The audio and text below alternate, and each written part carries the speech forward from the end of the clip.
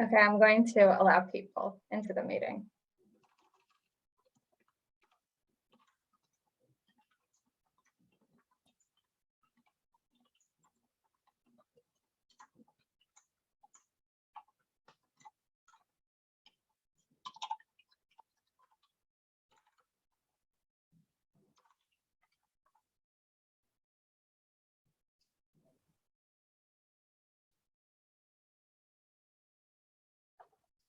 Hi, everyone. Welcome. We're going to get started in just a minute.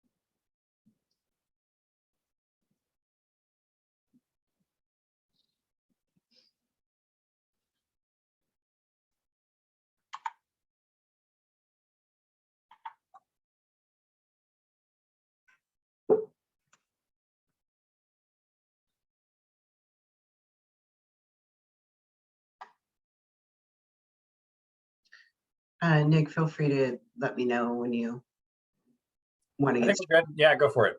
Okay. Oops. And I'm off mute. So good. Hi, everybody. Good afternoon. Thanks so much for joining us today for number 4 of our electrification series. My name is Jennifer Green, and I'm a manager of customer programs for MCE. I'm really pleased today that we have an opportunity to hear from you about your needs and questions related to electrification.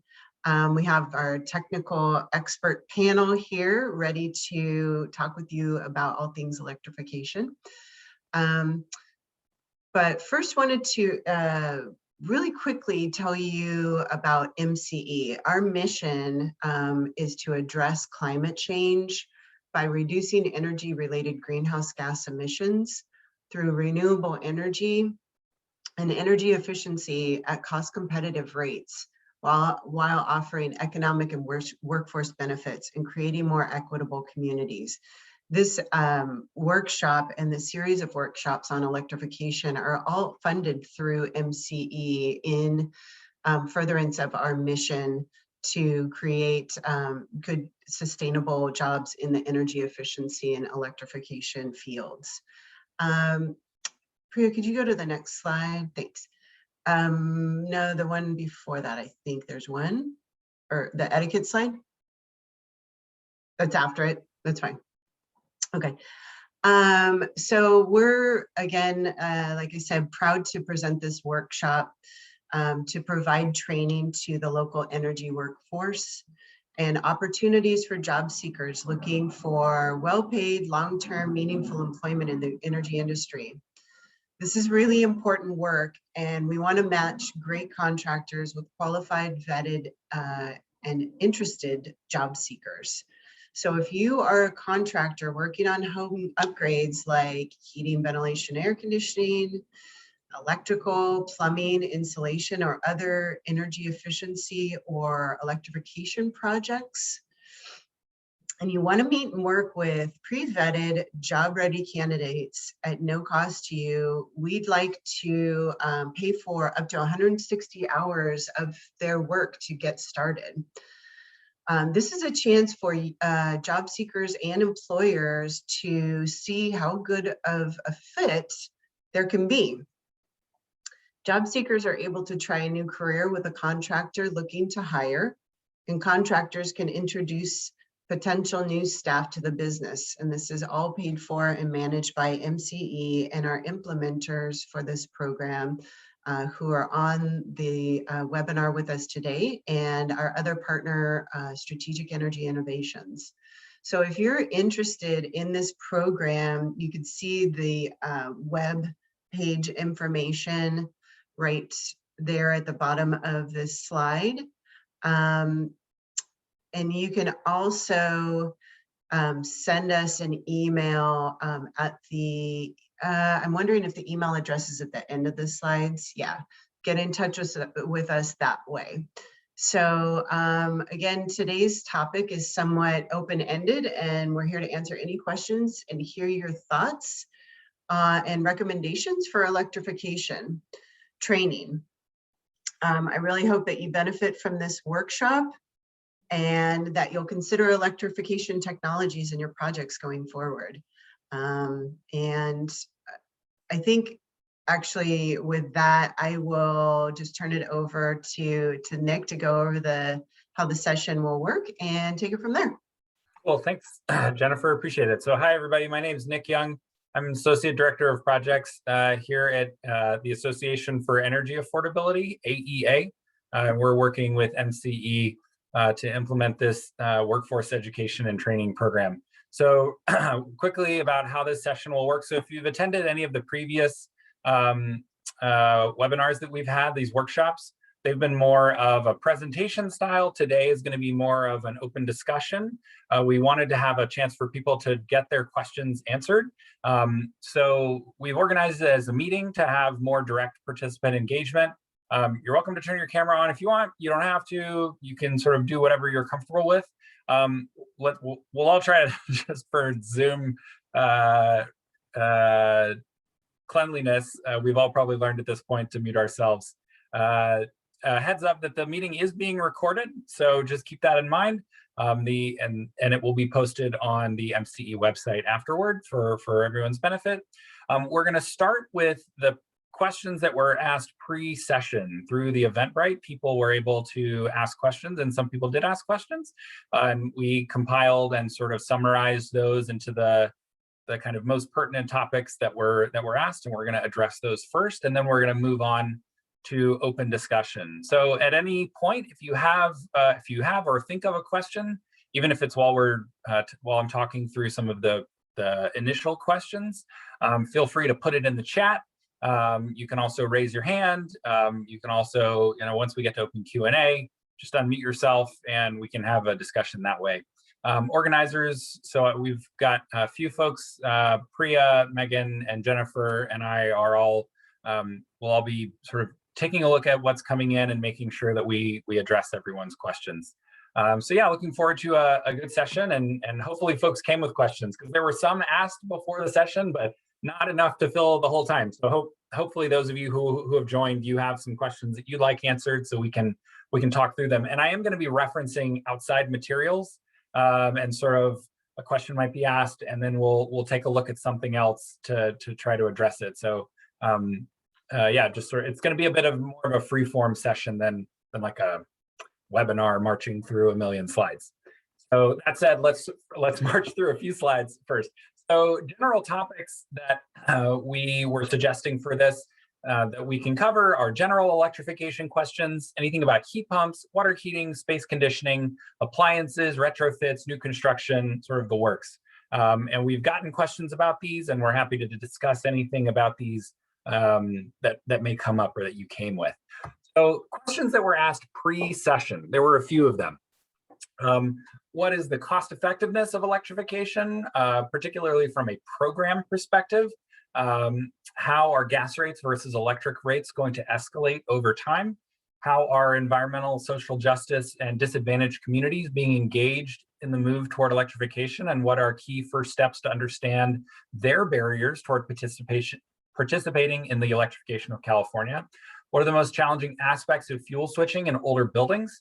And for all electric new construction projects, what backup systems, generators, things like that should be incorporated now to meet future resident comfort unanticipated electrical grid, and life safety issues. These are really nice, very good, interesting questions from folks. So thanks to those of you who put those in. We weren't able to include every question that was submitted, but these are the ones that really sort of hit on the key themes that we are excited to talk through with you all. So we're just going to go through these and talk through them.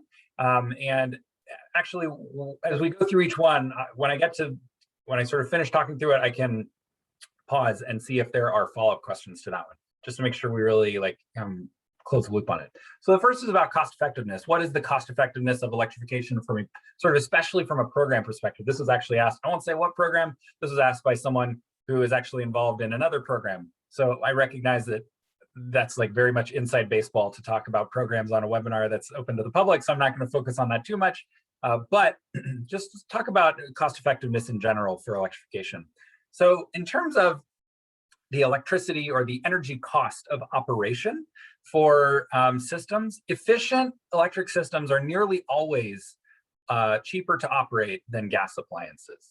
I'm not going to say every electric system is always cheaper than every gas system to operate. You can certainly electrify in ways that are very inefficient. So you could take your heating system, let's say you have a gas heating system, and maybe it's a very efficient gas heating system, and you electrify that with electric resistance heating, and you don't do anything to your building envelope. Electric resistance is not a very efficient form of heating with electricity. In that case, your operating costs might go up, right? But if you convert from a gas heating system to an efficient electric system, like a heat pump and things like that, then in nearly every case, your operating costs should go down. There are also a lot of non-energy benefits to electrification whose value is frequently overlooked when we just focus on what is the energy cost. There are these other benefits that we often don't think about, things like safety. When you electrify and you remove combustion appliances from your building, you are eliminating, one, gas piping, which can be hazardous. You are eliminating sources of carbon monoxide and nitrogen oxides in the home, which can have significant impacts on health, particularly respiratory health in children. There have been a number of studies showing that the proportion or the risk of asthma in children is much higher in homes with gas cooking versus in homes with electric cooking.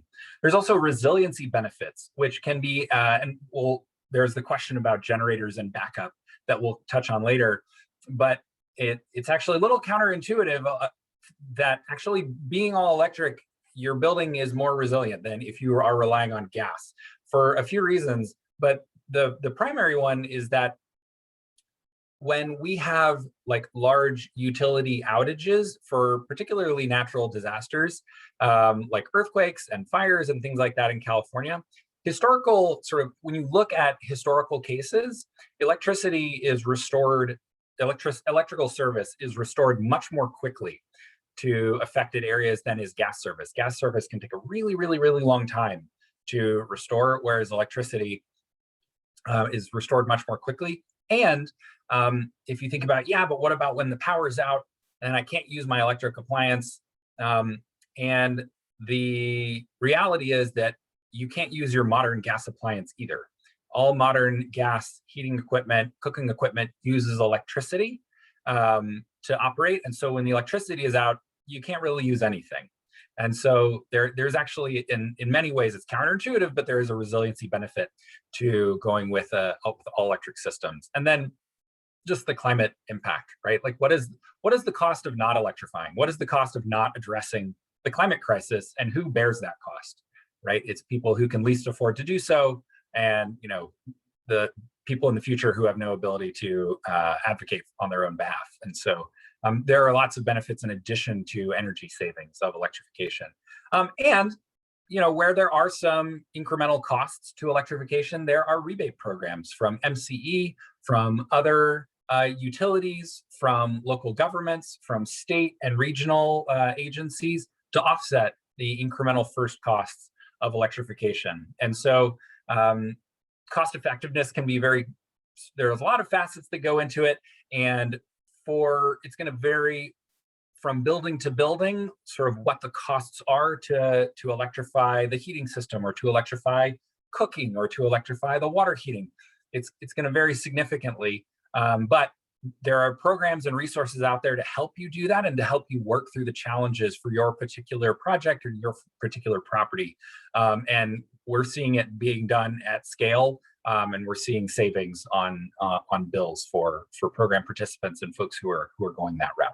So does anybody on the panel have any things to add to this? And are there any follow-up questions from folks who are attending to any of these items before we move on to the next one?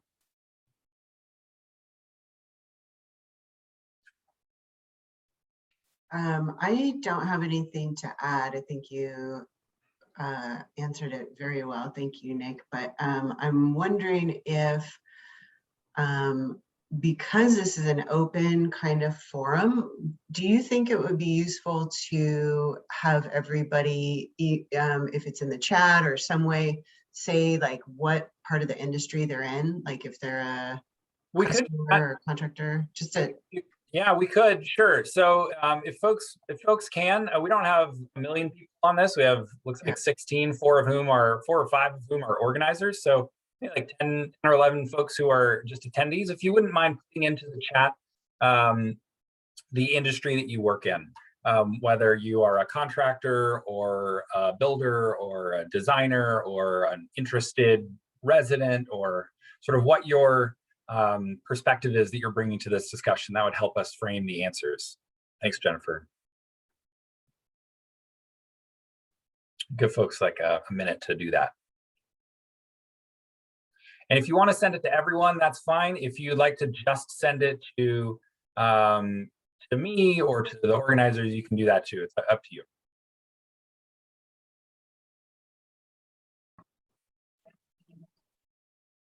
Yeah, and while people are dropping sort of their organizations into the chat, we did get a question from Chrissy. They said that we are a Bay Run contractor. Does this mean we are already eligible for this program? They're an HVAC contractor in Vallejo. So I can go ahead and take a crack at the answer. So any contractor is eligible to participate in the program, but the rule sets that we have are slightly different. Odds are a lot of the paperwork that we collect is similar to what you would need to be a Bay Run contractor. The one thing that differentiates us from them is that we do a field visit with you. So whenever you have a job and you're going out and doing an installation of, one of your HVAC systems, one of our folks, it'll probably be Nick, but we also have another person who will go out and attend that site visit with you just to get a sense of the type of work that you're doing, and also learn more about what a trainee could potentially do if they were to be placed with your company. And hopefully that answers your question. But if you have any additional follow-up, you can drop it in the chat or email that email that Jennifer had sent out in the chat earlier. Awesome, thanks, Megan. So thanks everyone for putting in your responses. We've got an interesting mix of folks working in consulting, some folks working for municipal utilities, for contractors, for in state and local government, MEP design, industrial hygiene, general contractor, HVAC contracting. So a really nice mix of folks in the industry. So we can really get into some details today. So that's awesome. So thanks everyone for sharing where you're coming from. That's really helpful. Anything else on this one? If folks have like a follow-up question to anything, feel free to just unmute yourself and throw it out there. Otherwise, we'll move on to the next one. We can always circle back to these topics. That's totally fine. Going once, going twice. All right, we're going to move to the next question that was asked, which is how are utility rates changing? So how are gas rates versus electric rates going to escalate over time? Now, unfortunately, I do not have a crystal ball into the future of electric rates and the CPUC and how those are decided. That is a very complicated process that involves many parties. And if you are interested in the California Public Utility Commission rate making process, you as a member of the public can participate and you can stay informed about those. But what I did want to do is to quickly show some resources from, so there's everybody see my screen with this EDF report up? Great, okay, cool. So The question about rates and how is electrification going to affect electric and gas rates is something that a lot of people are thinking about and talking about, particularly around equity. And and this report from EDF that came out a couple years ago talked about how we can manage the transition. So it's about proactive solutions for stranded gas asset risk in California. And basically the idea is that as more and more people move away from gas and move onto their buildings being served by electricity only, the number of customers in paying gas bills is going to shrink, right? We can imagine that happening. But a large portion of our gas bill, and I say our, I have gas in my apartment, I rent. I have very little say in what utilities come into my home. But a large portion of the gas bill that we pay is actually for system upkeep and sort of fixed costs of ensuring that the gas distribution system can be maintained safely, which is obviously a huge priority, and we all need to make sure it happens. So if you have a large portion of fixed costs, and actually only a small fraction of your gas bill is for the actual amount of gas that you use, as the number of customers using gas shrinks, the fixed costs of maintaining a safe gas distribution system don't really shrink, right? You still have to pay those costs. And so those costs are borne by a smaller and smaller number of people. And so gas rates, basically these studies are showing that gas rates are likely to go up significantly. And this really sort of highlights the need to ensure that that low-income communities, communities of color, disadvantaged communities, and other environmental social justice communities have access to the benefits of electrification. We talked about the other non-energy benefits of electrification, and sort of ensuring that it's not just the wealthy communities that can afford to electrify first and get off gas that do so, and then we just stick people who can't afford to get off gas with the costs of an expensive to maintain gas system down the line, right? That's not an equitable outcome. And so there are a lot of folks that are very focused on how rates are going to evolve over time for both gas and electricity, and how that can be done in a way that enables electrification and enables electrification to happen equitably in California. This is a huge focus for the Energy Commission, for the Public Utilities Commission, and for a lot of advocacy groups. So a lot of people are thinking about it, and there's a lot of work being done to ensure that that the energy transition, so transitioning from fossil fuels to clean energy, is not one that is done on the backs of the folks who can't afford to pay for it. Unfortunately, I don't know exactly what's going to happen with rates, but that's a basic overview. Anything others want to add or follow-up questions for that? I can just say, yeah, from MCE's perspective, the cost for electricity is definitely projected to, an all-electric home is projected to be less, in the very near future than a mixed fuel home. So that's one of the many reasons we are looking to provide as much education as we can about electrification, how you actually install it, what the benefits of it are, and answer any questions on how we can help you, as especially the contractors, sell electrification to your clients.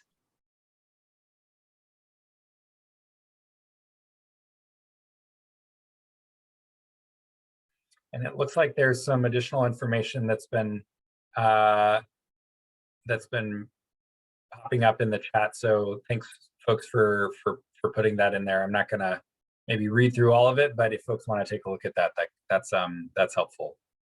All right, we can circle back to this if there are questions later, but let's move on to the next question that was asked before the session, which I kind of touched on previously, which is, how are environmental, social justice, and disadvantaged communities being engaged in the move toward electrification, and what are key first steps to understand their barriers to participating in the electrification of California.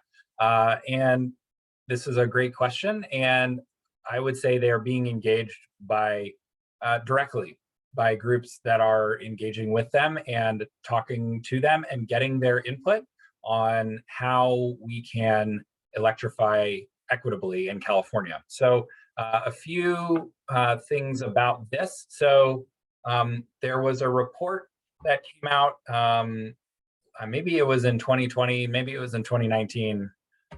Time is a little strange recently, but it was out by Energy Efficiency for All and the Greenlining Institute, and it's called Equitable Building Electrification, a Framework for Powering Resilient Communities. And this is, it's a report that is a framework for how do we power resilient communities and how do we electrify equitably. So this is a really great resource if people are interested for how this community engagement around electrification is happening. And I think a good example of a specific community engaging directly with their residents to understand the equity impacts of electrification is actually the city of Berkeley, where I happen to live. So the city of Berkeley has been undertaking the effort to look at what would it take to electrify the entire city, all of its buildings. And they recently put out a large report called the City of Berkeley Existing Building Electrification Strategy. I was not involved in producing this. I'm just an interested resident of the City of Berkeley. But a very interesting section of it, let me just go back to that section. It was something that they call the equity guardrails. Where did it go? So this is like a graphic to represent their electrification structure. And they basically are putting equity as the foundation of electrification of the building stock in the city of Berkeley. And they're saying basically, like, if we can't ensure that something will be done equitably, then we can't do it. And they're not going to do it. And so equity is the foundation of their strategy. So access to health and safety benefits, access to economic benefits, maximize ease of installation and promoting affordable housing and anti-displacement. And these are the foundational elements of their electrification strategy. And if they find that they're straying from these, then they are like, we have to reassess because we can't do this without these things. And then they have their strategies up here, but all of these have to sort of happen within, like, on top of the foundation of equity. So this is, I can't get into all the details, but they talk about it in here. So I would encourage anyone who's interested to look up the Berkeley Existing Building Electrification Strategy. It's posted on their website. Anyone can access it. And it's a really interesting example of a community that's like really asking the hard questions now about how do we do this. So yeah, basically people are talking about it and trying to figure out how to do it. And there's a lot of really interested and engaged parties who are working on ensuring that disadvantaged communities and environmental social justice communities are engaged, and we understand their barriers to participating in the electrification of California. Any things to add or follow-up questions for that one? Going once, going twice. All right, we're going to keep on rolling. Fuel switching. So now we're going to move into like a little bit more technical questions. So fuel switching in older buildings. What are the most challenging aspects of fuel switching in older buildings? And we, AEA recently did a series of electrification webinars through PG&E. We've also, through our MCE webinars for this program, talked a bit about electrification of existing buildings, but I just pulled some of the sort of top challenges of electrification in existing buildings, which is a lot of stuff, because existing buildings, it's just harder to do everything because the stuff's already there. You got to deal with what's there. So one of the main challenges is electrical upgrades, right? Do you have the space for dedicated breakers for new appliances? Do you have the capacity within your service to add electrical load? And how do you determine that, right? That can be a real challenge. Are there building modifications that are required? Like, does the electric system have the same form factor as the gas system? Is it installed in the same location as the gas system, or does it have to go somewhere else? There may be upfront cost challenges where to replace the existing gas system with just a replacement of the same gas system, for example, a direct vent wall furnace, very cheap to replace a direct vent wall furnace. Electrifying the heating system is going to cost more than just replacing your gas wall furnace with another Williams from Home Depot. And so that can be a challenge. Consumer knowledge. Often the folks who, either residents or contractors, may not know what their options are because maybe no one's asked them for it before, or they have, they've been working in the industry for a long time, and electrification, while a lot of these electric systems that are being installed are not new technologies, they haven't been as common in California until recently.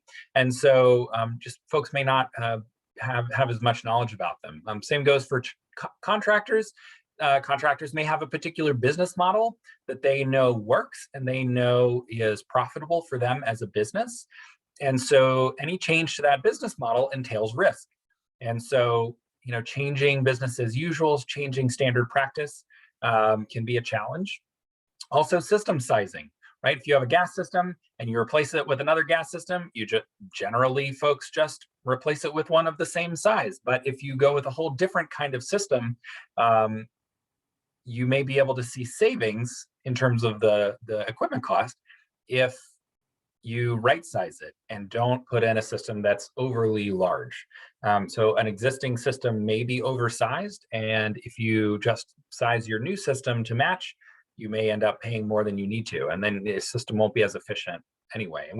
And if folks have specific questions about any of these, we have tons of content about all of these, so I'm happy to dig into any of these a little bit more. I just want to hit on the highlights. And then finally, there's a range of options. And there are many pros and cons. So like, for example, the example I gave earlier, a direct vent wall furnace. If you have a direct vent wall furnace, there's not like a heat pump that goes in the same place as your direct vent wall furnace. That's like, well, if you got a wall furnace, you install this. This is your electrification strategy. You can do a lot of different things. And so there's often not like a one-to-one, if you have this, you do this instead. For some things there are. For example, an electric stove, you put in a gas stove and cooktop, you put in an electric stove and cooktop. There are some options, but the form factor is the same. It's a box, it goes in the same slot in your kitchen. That's not too complicated. But other systems, there can be trade-offs, and well, you could do this or you can do that.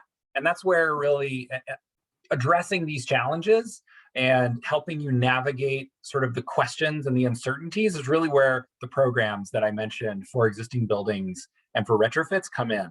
There are a ton of programs out there, and we're happy to point folks to those programs, and there are even more programs coming down the line. There are some folks on the I saw on the webinar from Energy Solutions who we're working with on the tech program, which is going to really help make those electrification retrofits easier and less expensive and things like that. So there's help already out there for retrofits and addressing challenges, and there's more help coming, as well as for new buildings too. So any other follow-up questions or thoughts or things that have popped up in the chat? Do any of my co-presenters find anything in the chat that we should hit on this slide, or are they different topics?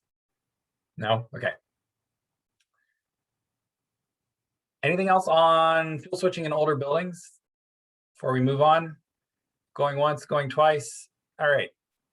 We're going to keep rolling. There was a question about backup and resiliency. So for all electric new construction projects, specifically new construction, what backup systems, generators, or other systems should be incorporated now to meet future resident comfort, unanticipated electrical grid issues, and life safety? Well, frankly, the backup requirements will vary by resident population. So some building and resident types have very specific backup power requirements, some don't. And so you have to understand what the population is and what the specific requirements are for each building. Some all electric new construction projects are still installing diesel generators, which makes me a little sad. But if that's what they have to do to be able to meet their emergency power requirements, and that's the only solution that they can use for their building, then that's, we need to, as an industry, work to have better solutions. But there are different solutions and alternatives to diesel generators that we're starting to see projects install so that they really can be fossil fuel free. And that is solar PV, battery storage, and the ability for the building to island itself from the grid, such that a small number of circuits for critical loads, often these are emergency lighting, elevators for egress, and a small amount of HVAC, often for like a community room with like a refrigerator where people could keep medicine potentially, and maybe some cooking equipment. That could be powered by solar PV on the roof of a multifamily building, and that feeds batteries. And so if you have a relatively small amount of load, you have a good sized PV array and a good sized battery storage system, you can island your building from the grid such that you're sort of cut off from the grid. You can run those systems as long as the sun keeps shining, basically. And so this is an approach that some buildings, particularly new construction, are starting to use. I actually have some projects that I'm working on where they're using this approach, so they're not installing a diesel generator. They're starting to use to be able to meet their backup power requirements. But yeah, so there are options out there. Any follow-up questions or other thoughts on this one?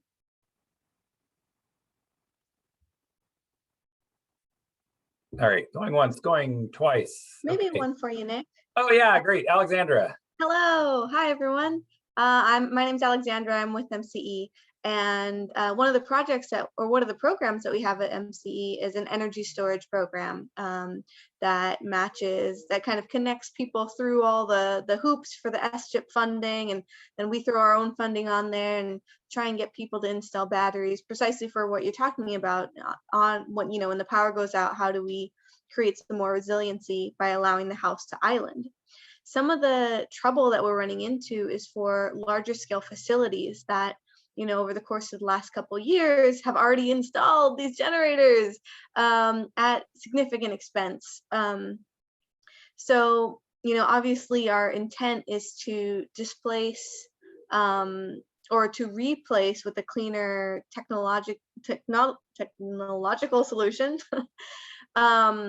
But it becomes really difficult when a customer has just installed kind of a larger, has just invested significantly in a fossil fuel backup. So any guidance for either talking someone through alternate plans or I don't know, starting the conversation about a cleaner battery system for kind of medium to larger commercial entities? I mean, I would say, to your point, storage is best paired with solar PV, and that's how you really get that resiliency and the ability to sort of run during prolonged outages. And so I would say talk with your solar designer and your solar contractor and have them talk to your electrical engineer. It's really the coordination between the electrical engineer and the solar designer, and ensuring that both of them know that we want battery backup. We want solar and batteries. We don't want a generator. We don't want fossil fuels on this project.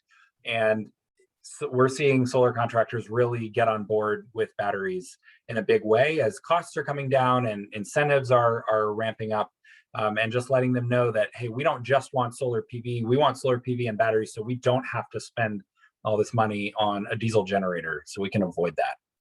So that's where I've seen it be successful, is where they've really been engaged early, because there are sort of electrical circuit sort of impacts for things, as there are with generators. But the sort of we have to have a backup generator. That is like a known quantity, and people have been doing that for a long time, and so everybody knows what it takes to do that. Whereas PV and batteries is a newer approach for a lot of firms, and so just getting out ahead of it and making sure that the solar, PV, and storage and electrical designers are all coordinating with each other early on, and that's a priority for the project can help it happen. Like anything, great. plan ahead. Yeah, thanks, Nick. And I think, from a grid point of view, that really helps us too, because there's so much solar on the grid that having like decentralized storage really helps with alleviate some grid strain as well. Thanks. And now you can get Title 24 benefit in your energy model for battery storage. So there are benefits on that side as well. Cool. Any follow-up questions on storage or backup? All right, we are going to move to open season Q&A. I'm going to pull up the chat, see if we've got any questions. Let's see. What do we have here? If I could help, I don't know if that's helpful for you. I asked a question about what clients are asking, or I asked it to the group, like, what are clients asking you about electrification and how are you selling the technologies? And it goes a little bit to the question that you responded to earlier about, you know, what are the benefits of electrification in terms of saving greenhouse gas emissions and money. But one of the things that comes up a lot for me in my dealings with contractors and their clients is we can't sell it, it's too expensive. Do you have any additional thoughts, or does anybody else want to come off mute and talk about their woes there? And or like successful strategies. Like, we would love to learn from folks on the line who've had success. So Chrissy Heightshaw has been piping in a lot. I'd love to hear. Chrissy, would you be willing to go off mute and share some of your experience?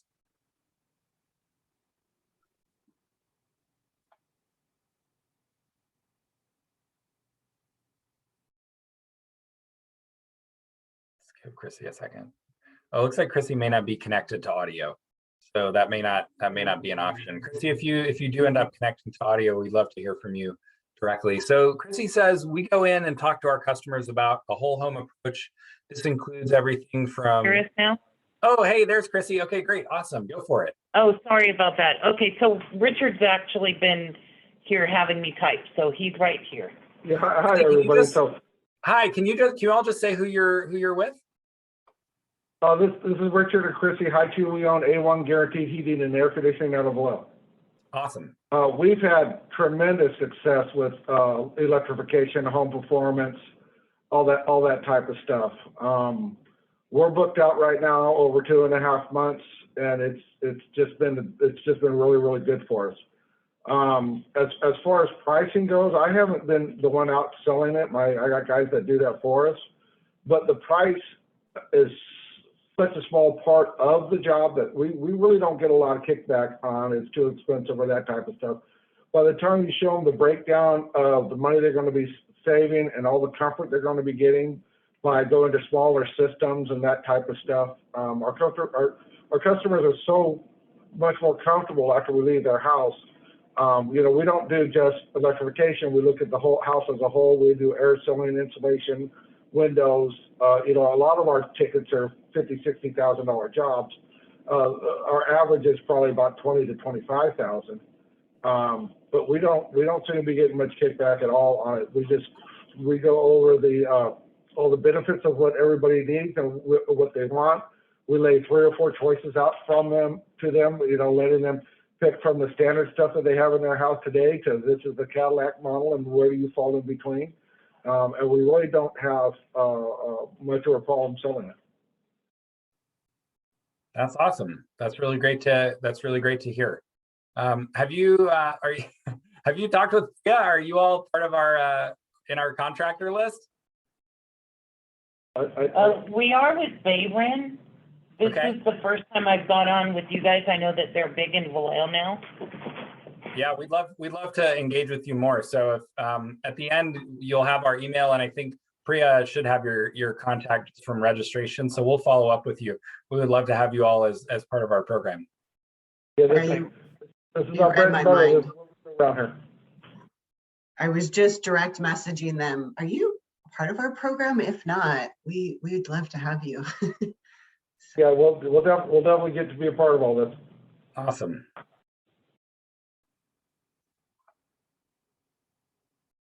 Was there anything else I could answer for you guys? I don't know, any other sort of like experience that you've had or successful strategies that you've employed to kind of overcome barriers with clients? One of the things that we did to overcome barriers is I really had to retrain my whole crew. So I got everybody BPI certified so that they can learn and know exactly what we're talking about with all this stuff. One of the biggest things I've noticed in the industry is a lot of people don't want to do this, because to do this work and to do it properly, you have to admit to yourself you've been doing it wrong your whole career.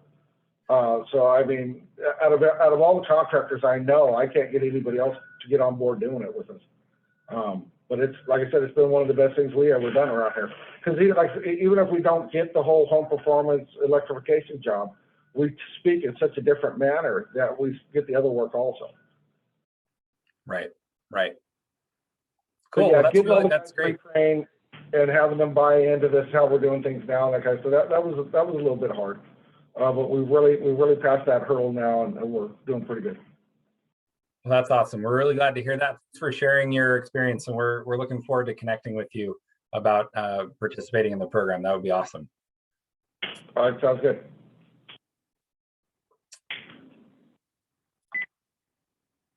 Let's see.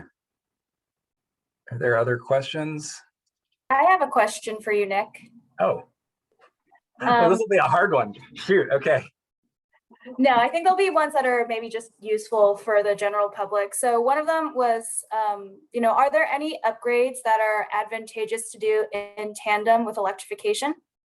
Oh, yeah. So the real sort of sweet spot to the point made earlier by the contractor who just, I see the name Chrissy, I forget the name of the person who was speaking, but was efficiency and electrification. So if you can improve the building envelope, insulate we have so many buildings in California where our walls are totally uninsulated. We have buildings with no insulation anywhere, which I was shocked to find. Maybe Jennifer lives in a building. Like, I live in a 100-year-old building. I would not be surprised if there was no insulation anywhere in here. And so, yeah, the more we can improve the building envelope, insulate, windows can be an energy benefit. They are a sort of comfort and like quality of life benefit, often more than a real energy benefit, because you make the unit quieter, you reduce drafts, things like that. They do save some energy, but most of the energy savings from the envelope is in insulating. But yeah, if you can do that, to their point, you can then right size your systems. You don't have gigantic heating systems or gigantic cooling systems. You can have very smaller compact systems that can be cheaper to operate, quieter, and less expensive to install. So yeah, if we can do efficiency and electrification, that's really the sweet spot of where you see the most savings. On the water side, if you're electrifying your water heating system, making sure that there are low flow, like high quality, low flow fixtures in all of the apartments and all of the, in your laundry facility and things like that, so that you're not just electrifying your water heating efficiently, but you're also ensuring that you're using water efficiently on your property. So thanks for bringing that point up, Megan. That was a good one.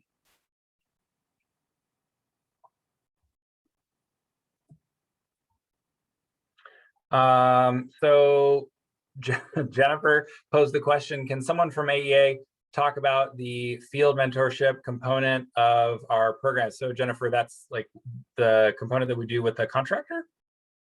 Yeah.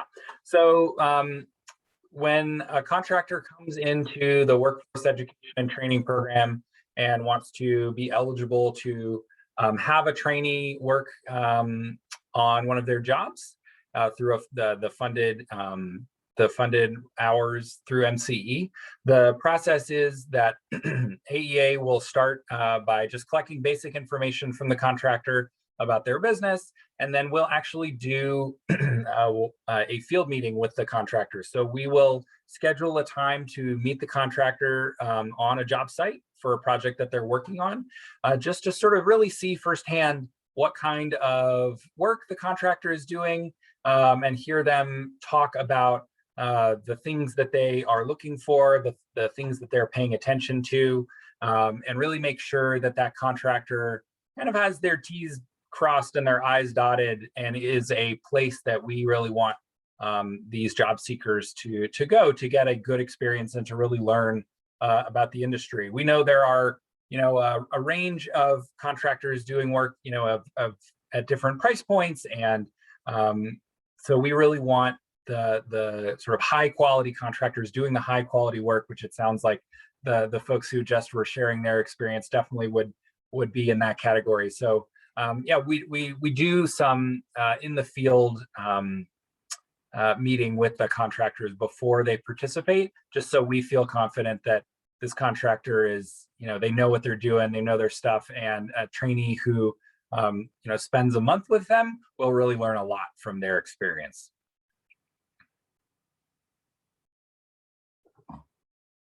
Let's see, got some more things. MCE, hey MCE, what incentives or programs does MCE have for electrification measures? Good question, Priya. Thanks, Priya. So MCE has residential, commercial, industrial, agricultural incentives. So depending on what type of customer you are, there's different opportunities. In general, for moderate income customers, we offer electrification incentives that cover the full cost of the installation. And that's for things like heat pump water heaters or heat pump heating and air conditioners. And that's through our home energy savings program that's on our website. If you are a property manager or tenant or an owner of a low income property that's multifamily, we offer incentives for electrification measures as well. MCE is also partnered with BayREN to provide a $1,000 incentive directly to contractors to kind of to complement the $1,000 incentive that BayREN currently offers for homeowners to install heat pump water heaters.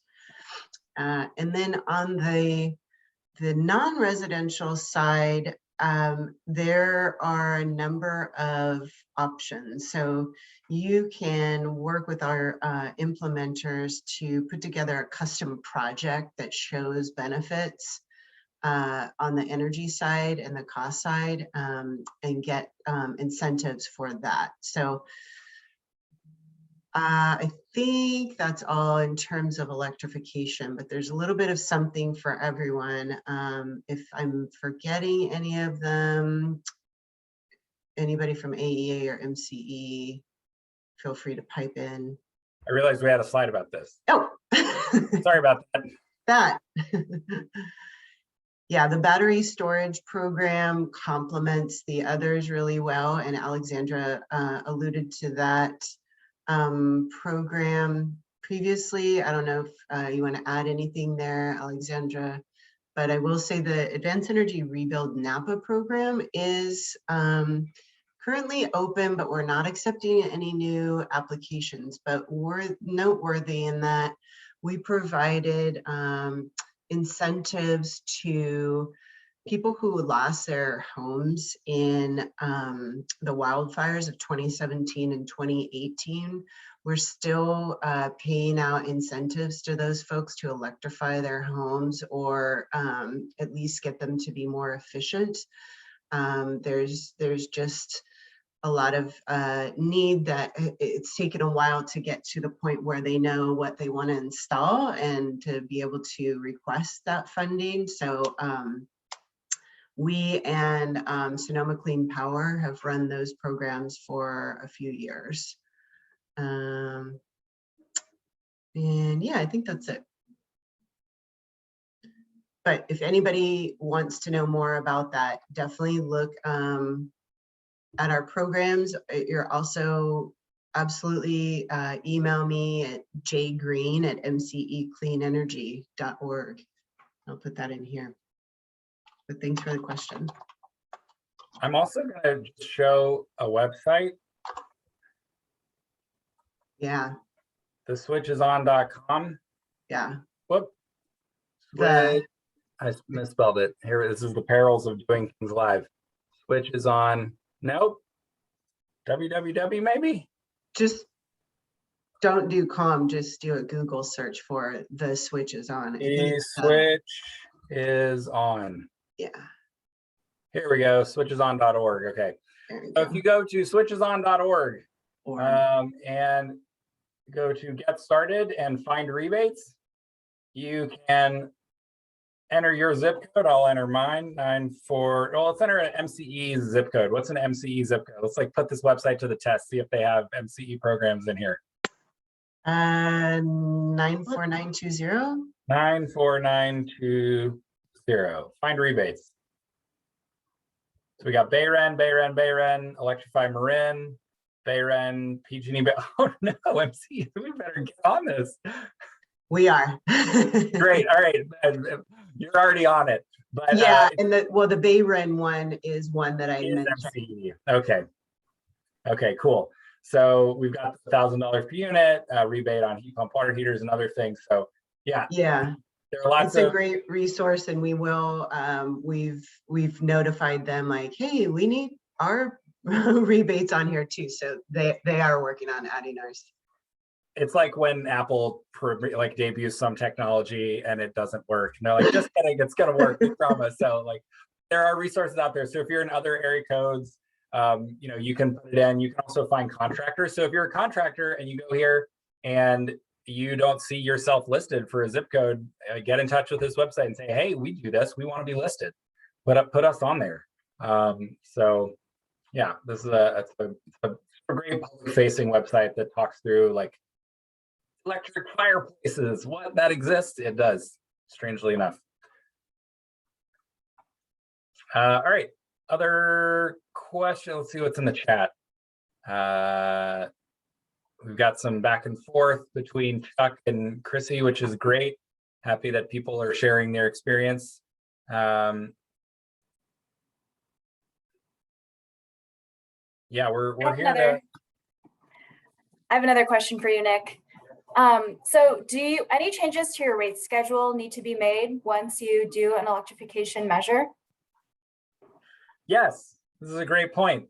So your electric rates are usually based, well, so there's the like tiered rates and there's time of use rates. And I know the answer, what the answer used to be with tiered rates, but time of use, I actually might defer to Megan, you or Jennifer in terms of what historically when you had tiered rates for residential customers, they were either on a gas or electric heating baseline. And so if you switched your heating to electricity, but the utility thought you were heating with gas, they'd be like, whoa, this person's using a lot of electricity, thinking that you weren't heating your home with it. And so you would get into the second, third, and fourth tier more quickly. And I've seen that happen, and folks' bills are crazy, and it's because they're on the wrong rate. And so you have to make sure you're on an electric heating baseline. I actually don't know what the sort of heating baseline situation is for time of use, and everybody is moving to time of use right now. I just got a thing in the mail the other day saying that like, hey, you're on time of use now. And I was like, I was pretty sure I knew that, but thanks for the mailer. So Jennifer or Megan, do you all know the specifics of that in terms of time of use and heating baselines? Put y'all on the spot? You know, Nick, I actually don't. So my experience is the same as yours. For the most part, the properties or residents that we've been working with have been on that tiered schedule. So it's been really obvious when they're on a different schedule for gas versus electric heating. I would imagine it's something similar though, even with time of use, because it would still be kind of an unfair penalty to have people potentially be using more power during the peak times. So I imagine it's the same, although I haven't seen it in practice. Yeah, and I do know that there are, like I mentioned before when we were talking about utility rates, there is a lot of work that's going on, and there are active proceedings at the California Public Utilities Commission looking at rates that are specific for electrification and all electric buildings, and ensuring that in our rush to make everything time of use to reflect like carbon and cost of electricity, we don't inadvertently penalize people who have electrified their buildings. We don't want to do that. We want to sort of be able to do both. We want to deal with grid issues and have accurate price signals, but also like encourage people to electrify. And so, or at least not punish them for electrifying. And so that may be a bit of a work in progress, but maybe we can, if other folks have additional information about that, that would be great if folks have more. I'm not a utility rate expert. We have folks on our team who are not on this webinar who we go to when we have questions about rate schedules and things like that, who are very much immersed in that world, but I am not among them.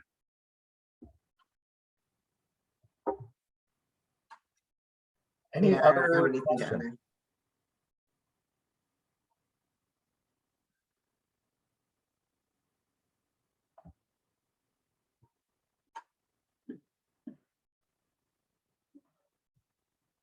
All right, I'll throw out another question. So is there any kind of special maintenance that needs to be done for like the lifetime of a heat pump? Yeah, it's a great question. So it might appear that Megan and I have this pre-scripted and she is asking me questions that I'm prepared for, but in fact, she is not. She did not give me any of these ahead of time. So I'm just, every time she starts, I'm just really hoping she asks me one that I know the answer to. Like I can answer this one. Thank you, Megan. In terms of maintenance, it depends. So like an electric stove versus a gas stove. In fact, electric stove is much easier to clean, especially if it's a ceramic top induction stove. I have a single induction burner that I use instead of part of my gas stove. And it's very easy to clean. I just wipe it off. But that's like not really what most people are talking about when they think of maintenance for electric systems.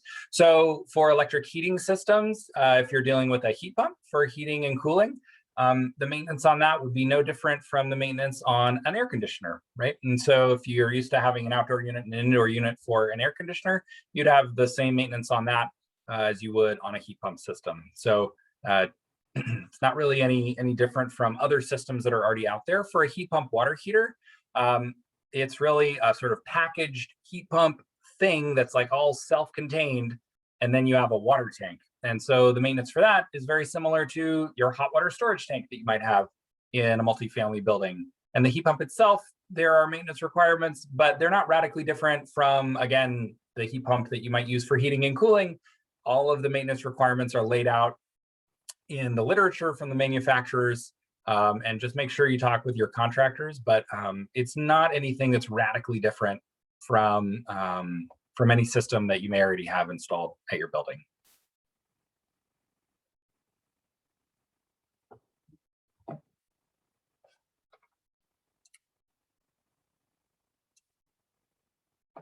There's a question from Priya to any of the contractors on the line, if folks are willing to share their thoughts. What are the main skills that you as a contractor are looking for in a job seeker or someone to bring on to your team?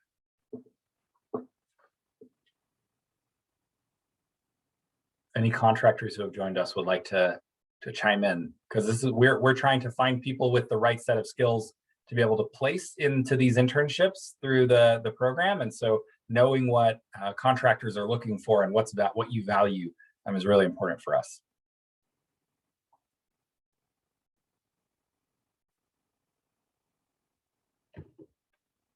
You're welcome to type it into the box, or if you want to unmute yourselves and share out loud, that would be great. We'd really appreciate it.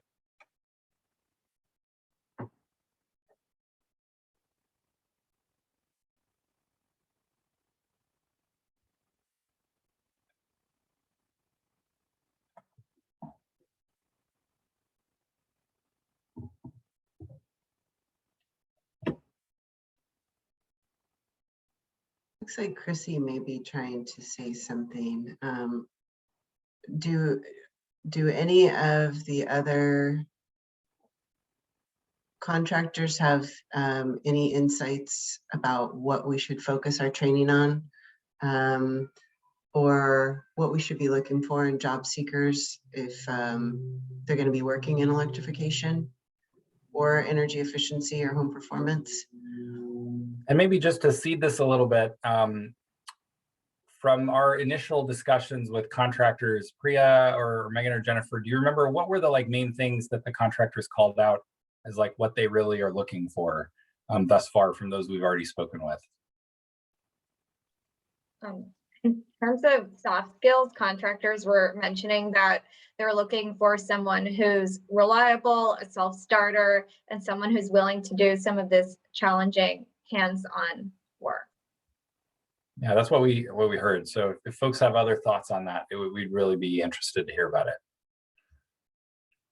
But we're also happy to take other questions if folks have other questions.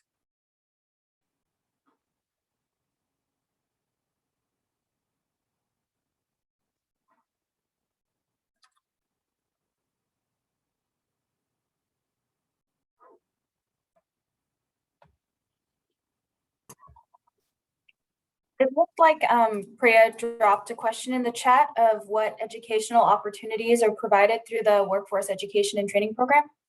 Yeah, so when a job seeker enrolls in or joins the program to, with the aim of being placed in an internship with a contractor, they are a part of their intake process and qualification is completing a high performance building training. So we have a training that we're delivering through the program that's intended to ensure that every job seeker who is placed with a contractor has a foundational understanding of basic building science and concepts around energy efficiency and electrification. So we've delivered that we delivered an in-person course for that previously, and we're working on converting that content to a hybrid online live format so that folks have a little bit more flexibility in terms of how and when they can access that content. But that we're hoping that or the intent is that ensures that every trainee, regardless of where they're coming from or what kind of job readiness program they may be with, are going to come into their internship with a basic foundational understanding of building science, energy efficiency, and electrification. I've said electrification a lot. I feel like there's... Great. I have a follow-up question to MCE or us AEA, which is, so do these job seekers, do they need to be part of a formal training program, or can it be anyone? Yeah, so anyone is welcome to enroll. So there are job training programs out there. We, have a formal partnership with one and maybe a few different organizations, but any person who is interested in this opportunity and is looking for work in the construction industry, particularly high performance buildings, is more than welcome to enroll. And that's part of why we are moving our high performance building training online. So that anyone, regardless of their affiliation with a separate training program, will be able to access it and then be a part of the training program. Thanks, Chuck. Appreciate your questions, and thanks for joining. Chuck is heading out, but yeah, anyone can participate.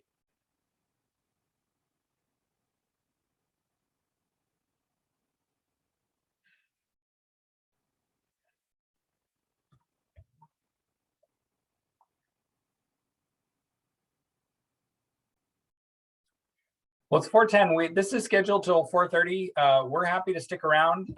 If folks have additional questions, we're happy to answer them and talk through things with you.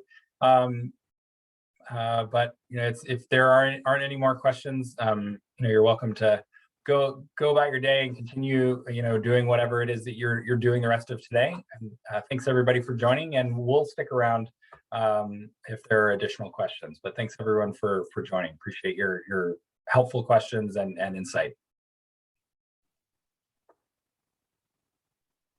I'm just going to put up our contact information, which was the last piece.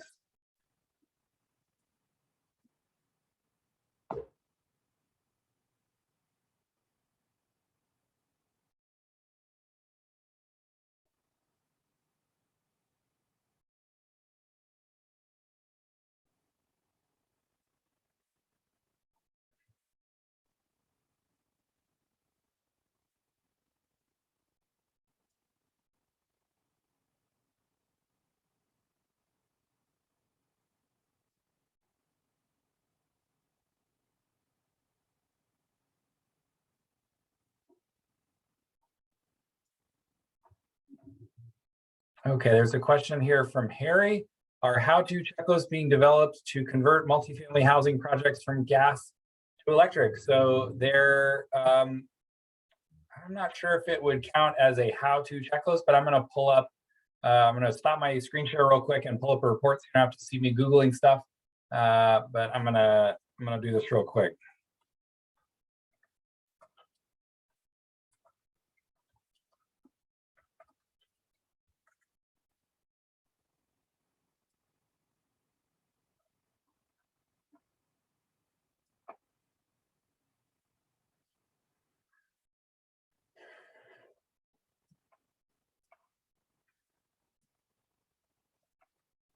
Okay, so this is a report called Accelerating California Electrification of California's Multifamily Buildings Policy Considerations and Technical Guidelines that we here at AEA helped produce with the folks at Stop Waste. And there is technical guidance in here about electrification of existing buildings. So starting with step 1, evaluating existing conditions, analyzing electrical loads, selecting measures and appliances. So we go into quite a bit of detail about sort of how you actually go about this. There's a flow chart about how you can go about electrifying an existing building. It's, sometimes it's easy, sometimes it's not, but there's a lot of guidance in this document. So if you just do a Google search for the name of this report, and I can actually, maybe somebody can drop the link in the chat to the report. And I'll do that real quick. This has got some good resources for how you actually do it.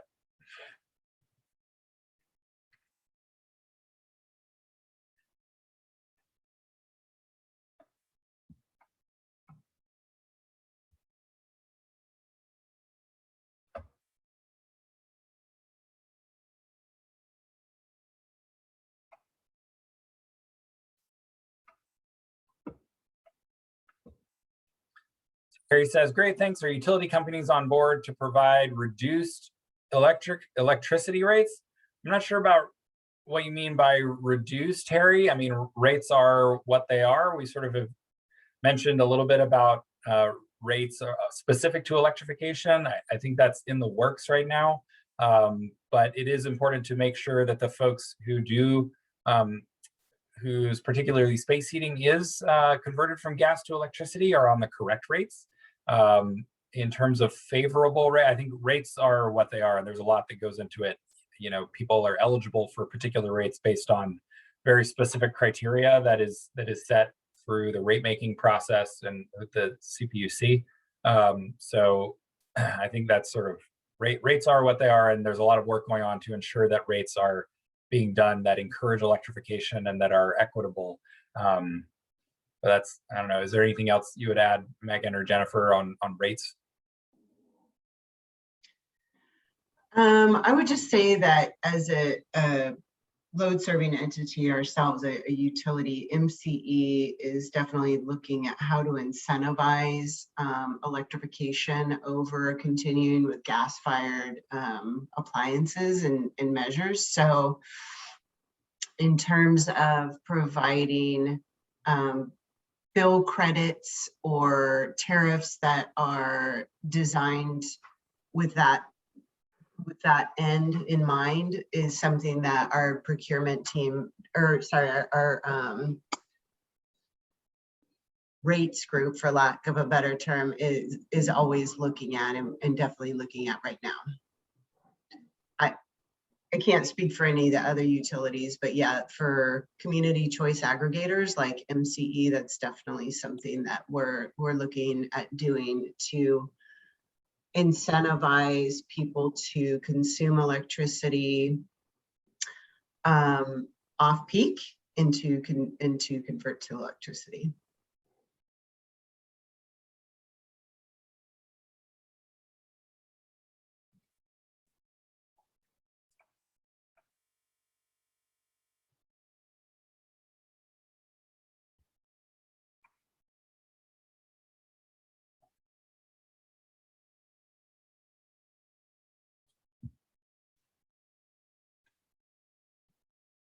Great. Thank you, Harry. Appreciate your questions.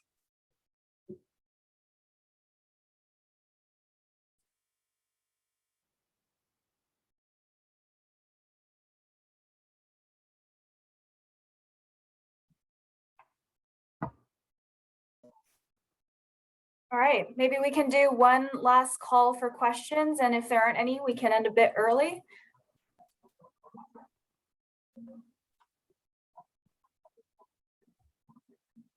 All right, it looks like all the electrification questions have been answered, so we can go forward. We've solved every problem. Good job, team.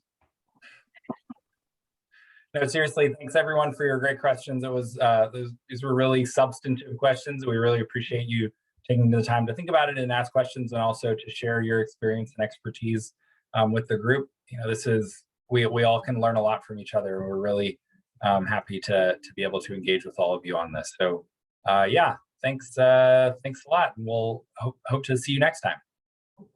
Thanks, everyone. Thanks, everyone. Thank you. Cool.